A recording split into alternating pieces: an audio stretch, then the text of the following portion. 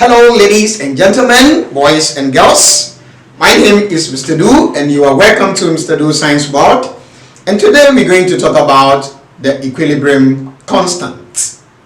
So let's begin by looking at a general reaction.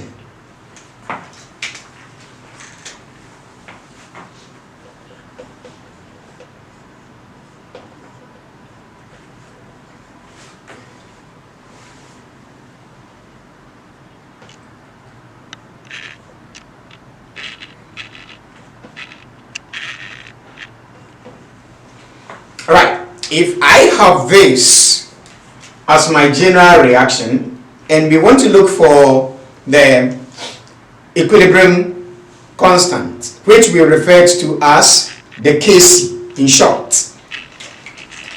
Kc, we can find the Kc for this particular reaction, and the Kc for this particular reaction is just simply the concentration of the products divided by the concentration of the reactants. So this is just going to be concentration of C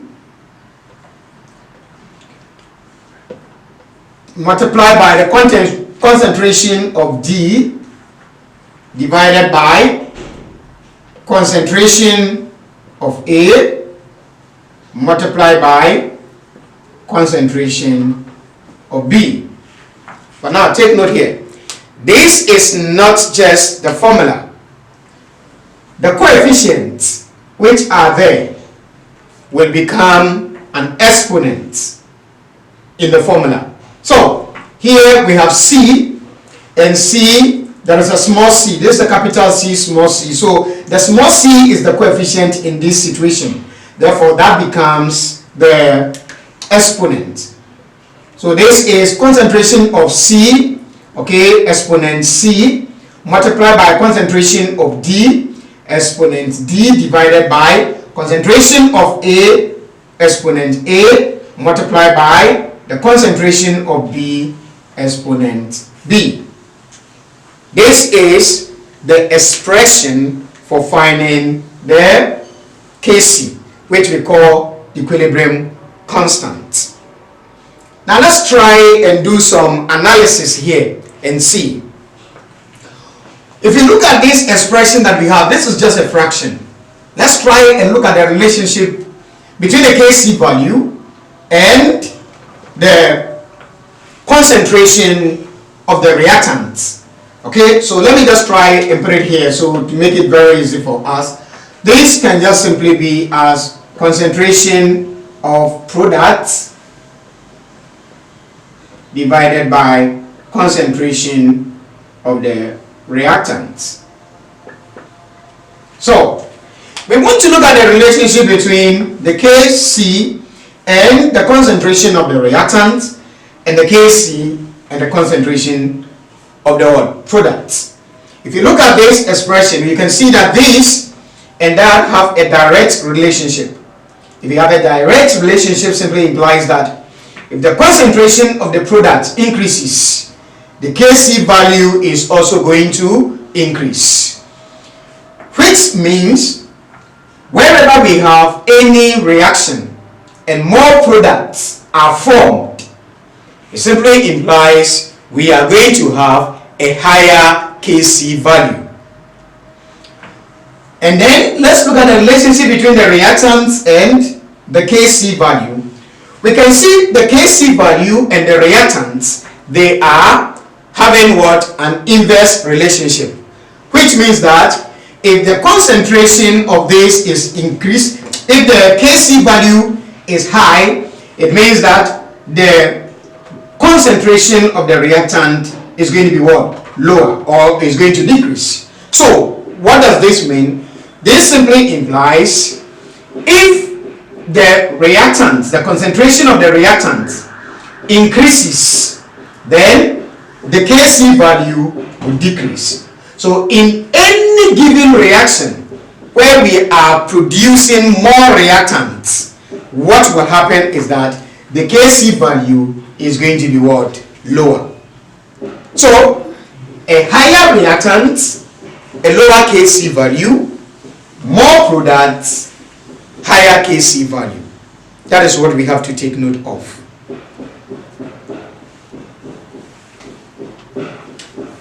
Now, let's look at it and see what we even mean by the Kc value itself. Let's try and find the meaning of a Kc value. Well, as it is, Kc, equilibrium constant. The word is a constant. That means that we are talking about what? A constant value. A value of the Kc is a constant at a particular temperature.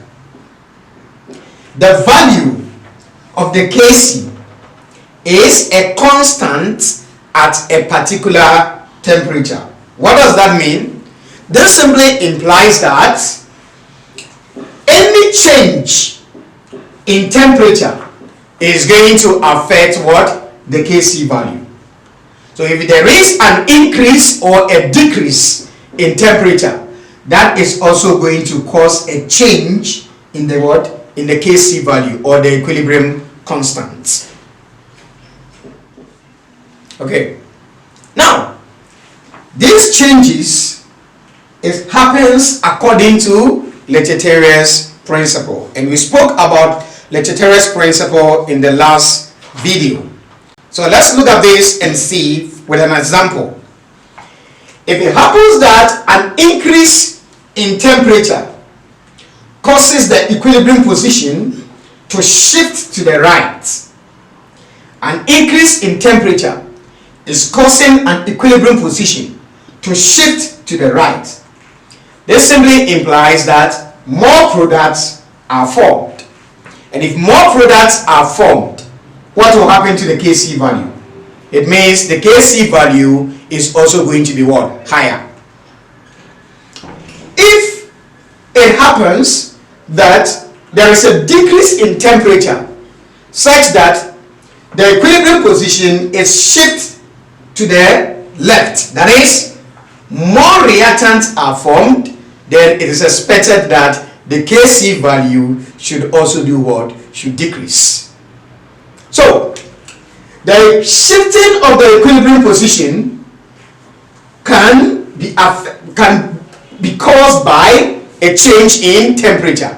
So, which means that once we change temperature, if any system is at equilibrium and there is a change in temperature, that change in temperature will cause a change in equilibrium what? Position. And this equilibrium position will also end up causing a change in the Kc value, depending on where there is what? There's a shift. When there is a shift to the right, then we expect that more of Kc value, because there is going to be what? An increase in the products. So the Kc value will be higher. But if there is a shift to the left, it simply implies there is a more production of what? Of the reactants, and that will cause what? A decrease in the what? In the Kc value. Now, remember something. We spoke about factors that affect the equilibrium what? Position.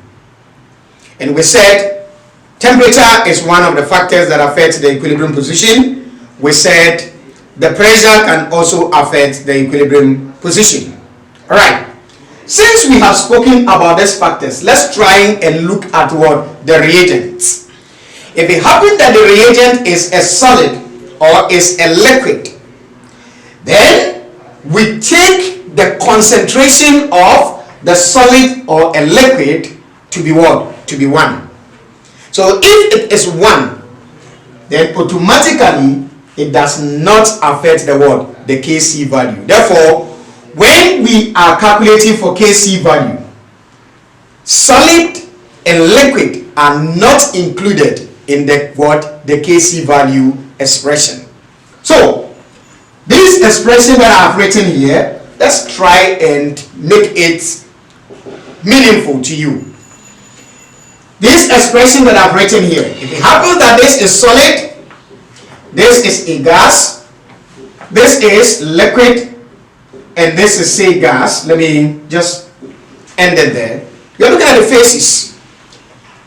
these phases, the solid and the liquid, are not included in the calculation of the Kc value. Therefore, if I am to find the Kc value for this now, all we are going to do, we said this is solid, so this will not be included. This is liquid, so this will also not be included. Therefore, the expression for the Kc value will become what? Just this. That is what we are referring to. Okay, so therefore, which phases affect the Kc value? The phases that affect the Kc values are gases and aqueous solution. So if the equation that you are given, if there is an aqueous solution or they are gases, then they can be affected by what? Or they can affect the Kc value. Therefore, we will include them in the what? In the Kc value calculation. Now let's look at something here.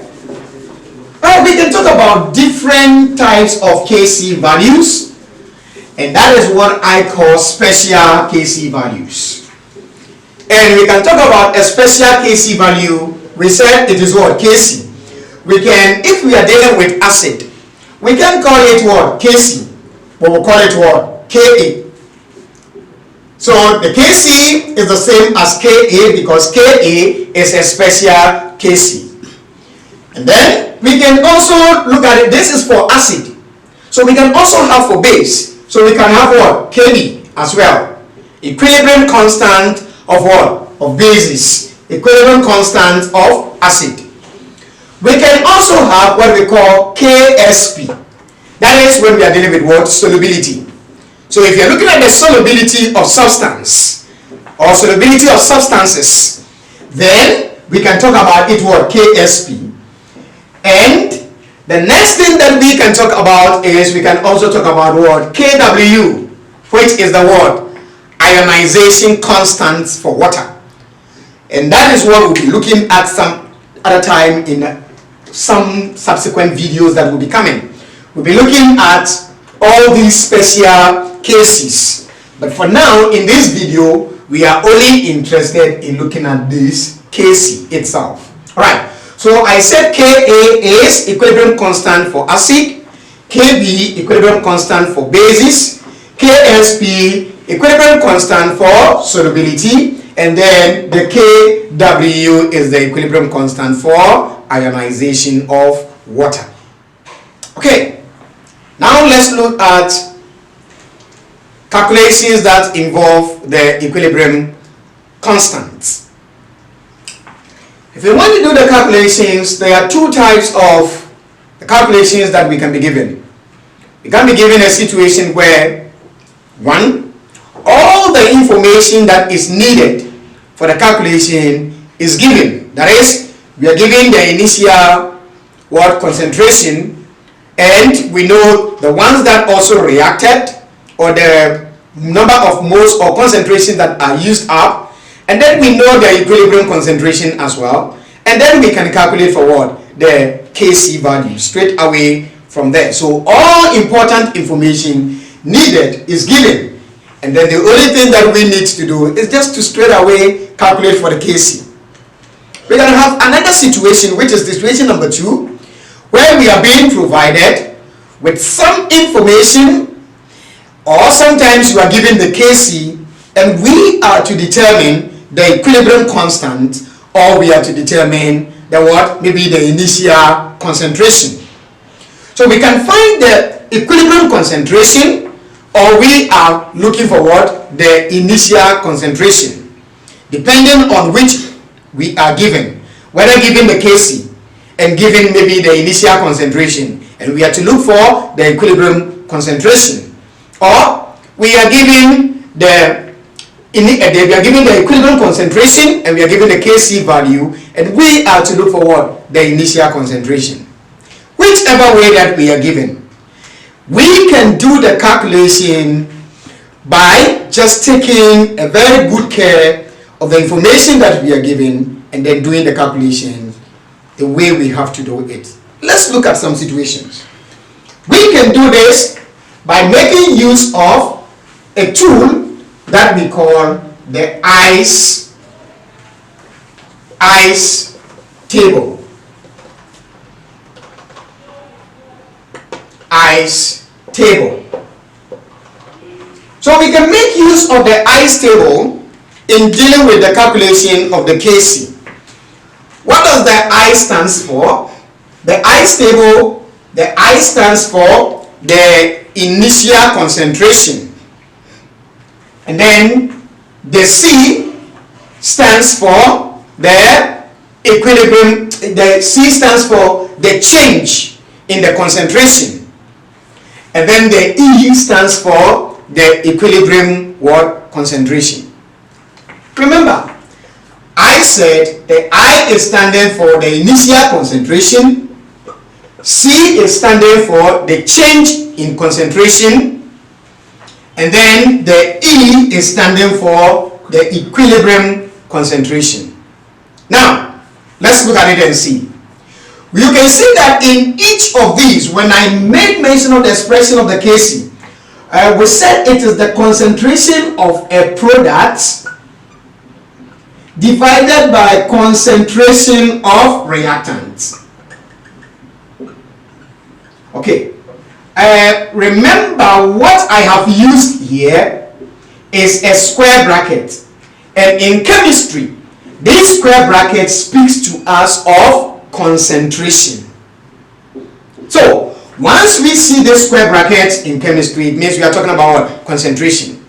So, if you are talking of concentration, if you are given the number of moles, the first thing to do is to convert the number of moles into what? Concentration.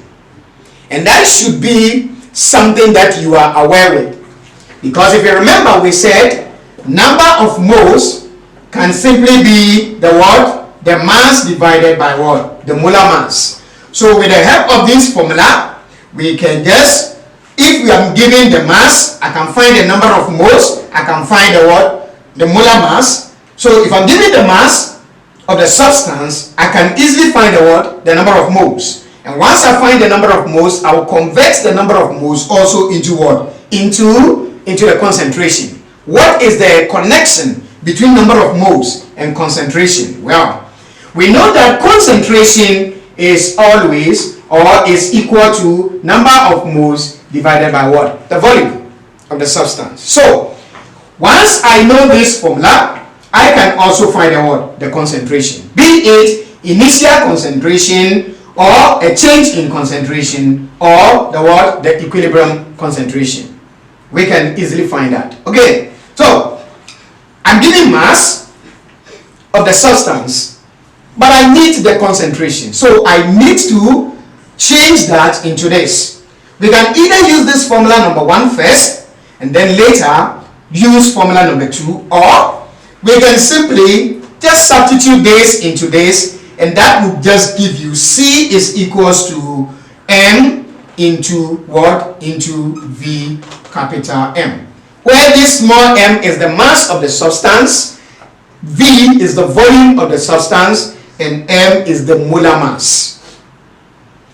Alright, now let's try and see. I have spoken about the ICE table. So let's go back into the ICE table. How is the ICE table structured? An ICE table is just that, okay, we are just going to use a table, and this table is going to be structured in this manner, so that I have, sometimes it is not everybody that does this. I like doing this because it makes it easy for me to understand. I put here like the elements or the compounds that are involved. I put it at the top, and then I would just simply have my what? My I here, and then my C, and the what? My E. So that I will just look at it and see from here. Let's say I have only these two situations here. So one is for reactant and the other is for what? For the product. So let's look at something. For me to differentiate between reactant and product, I try to use what? A double line, so that I to differentiate between the reactant and the product. So once I know my reactant, I put there my reactant. Say my reactant is A and the product is B, so I put there. And each time we want to look for the change, we try as much as possible to compare apply more ratios. So you write first the equation of the reaction. After writing a balanced equation of the reaction, we can use that to compare the ratios together, and that will enable us to be able to do what? To do the calculations that we are going to do. Don't worry, we'll be looking at these calculations shortly.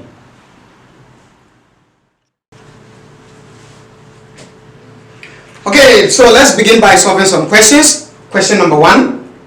The equilibrium expression for the reaction Cn minus plus H2O is given as HCN plus OH minus. Now, we are trying to solve, this is the equation that we are given, and we want to find the equilibrium constant expression. What will be the expression for this equation? Remember that we have said before or earlier that the Kc value is simply concentration of the product divided by concentration of the reactant. Okay, now this is not the formula to write always, because there are certain products and there are certain reactants. So we need to write the right reactants and the right products. First thing that must come into our mind again is that we have said something that in the calculation of the Kc, we don't include solid and liquid reagents. Solid and liquid reagent concentration is said to be 1. Therefore, they are not included in the calculation of the Kc. So, I will go through the equation and check anyone that is liquid or solid. I have to ignore that. So if you look at this, this is aqueous, so it's needed. This is liquid, automatically this is not needed. This is aqueous, it is needed. This is aqueous, it is needed. Once I have this, I can now write my my Kc expression. So what will be the Kc expression? Well, I know that it is concentration of the product. Where is the product? The product is this. So therefore, I will check concentration of the product. One product is this, multiplied by concentration of the next product, which is this. What is the reactant? There is only one reactant, so therefore the reactant comes in there, and that becomes Cn minus. Now, let's check and see something. The first thing to do when the equation is given, you have to check to see if the equation is balanced. Because the equation is not balanced and you just write the expression, you are going to be wrong. Why? Because the coefficients are exponent in the expression of the Kc. So let's check and see.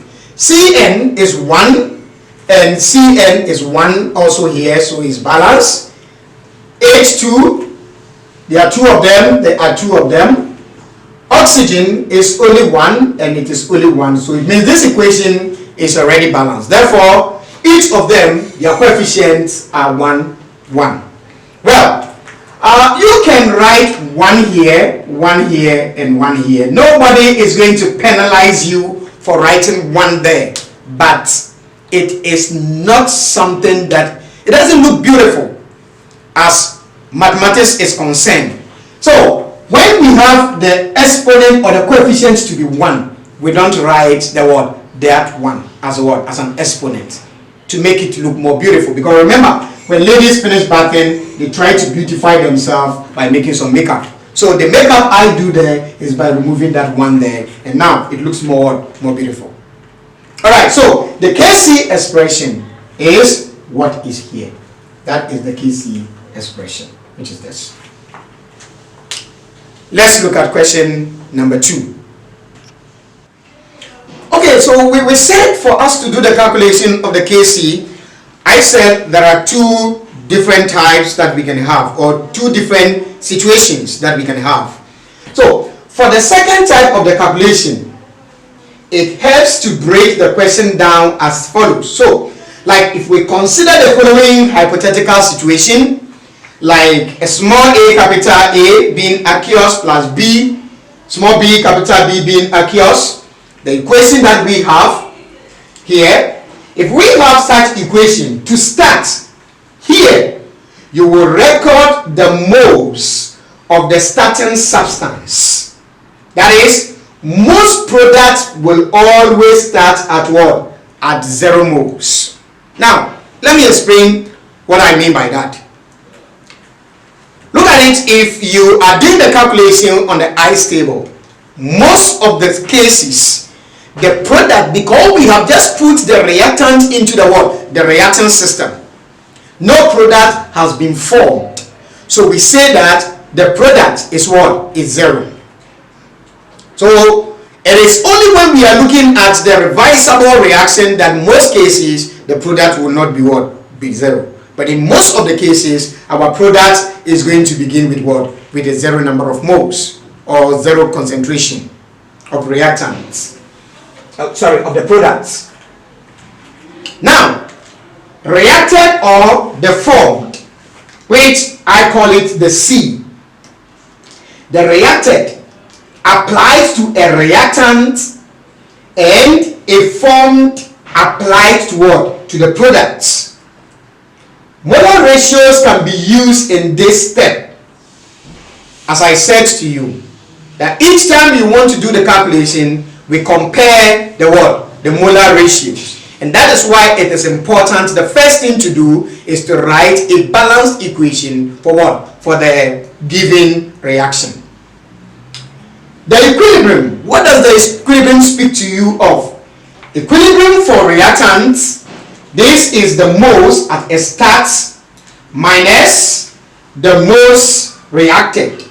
For products, this is moles at a start plus the moles that is formed. So remember that we talk about reactants. The reason why on the equilibrium side, our reactant we are saying we are subtracting is that, okay, I put in a certain number of moles, and at the end of the day I reach a certain point, I am using up the reactant and product is being formed. Since we are using reactant, we say that the reactant is being what? Subtracted, because we are using it up. So we are subtracting from it. But for the product, they are forming. So what are we doing? We are adding more to the product. Therefore, we say products, we add them together. For equilibrium concentration, if the above values are in moles, then you have to calculate it into what? Into concentration by making use of the formula which I wrote for you. C equals to N over what? Over V. Okay, let's consider the dissociation of sodium chloride in water as follows.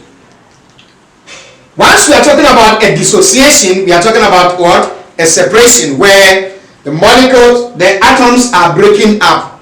Okay, so they are breaking to form their what? The various substituents. So NaCl is becoming what? Na plus what? Cl minus. Remember that the NaCl is aqueous, Na plus is aqueous, and Cl minus is also what? Aqueous. So if a concentrated solution of HCl is added to this reaction in equilibrium, a white PPT will be formed. Please, when we say PPT, we are referring to what? Precipitate. Okay, this is because the HCl and then the NaCl have what? A common ion. So when you are adding the HCl, you are only increasing the what? The Cl minus what? Concentration in the given reaction. So what will happen to this? An increase in the concentration on the right side will shift the equilibrium to the what? To the left. Hence, the formation of what? A precipitate. This process is what we refer to as common ion effect in chemistry. So, the temperature also affects the what? Dissociation and precipitate reaction. And this can be what? Explained using the Letetrien's what? Principle. If delta H for the reaction is what? Is given. So each time we are given the what? Delta H, we will be able to also do what? To determine the what? What is going to happen to the what? To the shift in the what? Equilibrium position. Whether it's going to shift to the right or it's going to shift to the left. Because remember that if the reaction happens to be endothermic, then our delta H is going to be positive, which means that that reaction will what? Will absorb heat. But if it is exothermic, then our delta H is negative, and which simply implies that the reaction is going to do what? Is going to produce what? Heat, or is going to release what? Heat. So heat is going to be part of the product. But in endothermic, heat is part of the what? Of the reactant. Alright, now let's look at some questions. Let's look at some simple questions here. For a certain reaction in equilibrium, the equilibrium constant Kc is very low. This probably means, okay, so we are given a question and we are being told that the Kc is very low. What does it mean? Okay, if we are saying the Kc is low, remember that we said before that if the concentration of the reactant is high, then what is going to happen? What is going to happen is that our Kc is going to be what? Is going to be low, because Kc is 1 over concentration of what? Of the reactant. So if this is high, this is going to be low. So if my Kc is low, the only thing I need to think of is that what? This is what? Is very high. The other thing that I can also say, the opposite I can say for this is to say that what? The product is what? Is low, or the product is less. So if it happens that that question happens to be a multiple choice, the option that we can choose, if it happens that we don't have that word, concentration of the reactant is what? Is increased or is more, then we can say that what? Concentration of the product is what? Is less. So whichever way that we have it, we can just simply explain it in that order. So in this answer, I said 1, concentration of the reactant is what? Is high. For what? For the Kc value to be what? To be low. That is one answer. Another person can also say that what? The concentration of the product is what? Is low. Let's look at question number 3. Refer to the following equilibrium. So that is the equation that we have on the screen. At equilibrium, the color of the solution is a pinkish blue color. A few drops of concentrated hydrochloric acid are added to the equilibrium mixture. The color of the solution will be what? So let's look at this. This is the equation that we are given, and we know this side is blue and this side is pink. So on the product side, it is pink in color, And then on the reactant side, it is blue in color. Now, we want to know what will happen if it happens that we are at equilibrium. And after reaching equilibrium, we decide to add hydrochloric acid into the solution. What is going to happen? Because remember that at equilibrium here, what we have, the color is going to be what? Pinkish blue. So, if it is pinkish blue, and we are adding hydrochloric acid to that, what is going to happen? Is the equilibrium going to shift to the right, or is going to shift to the what? To the left? Okay, check and see. What we are adding is what? Is HCl, hydrochloric acid. Immediately we are adding hydrochloric acid into the equilibrium, at a point of equilibrium, the concentration of the Cl minus is increasing. And if you are increasing the concentration of the Cl minus, this simply implies that the equilibrium is going to shift to where? It's going to shift to the left. And if it is shifting to the left, what is going to be the color of the solution? You can see the color of the solution on the left side is what? Is blue. Therefore, once we add hydrochloric acid, the color is going to change to what? To blue. And we're going to have it to be blue. And the reason is because equilibrium is shifting to the what? To the left. Thank you very much. We are going to end the video here, and in our next video we are going to deal with basically calculation of the Kc value. So please don't miss that. Make sure that you watch the next video. How will you watch the next video? Please, if you have not subscribed to this channel, please subscribe to my YouTube channel, and then you click on the notification bell, so immediately the video is being released, you'll be the first person to watch it. See you when we are dealing with the calculation on Kc. Bye bye.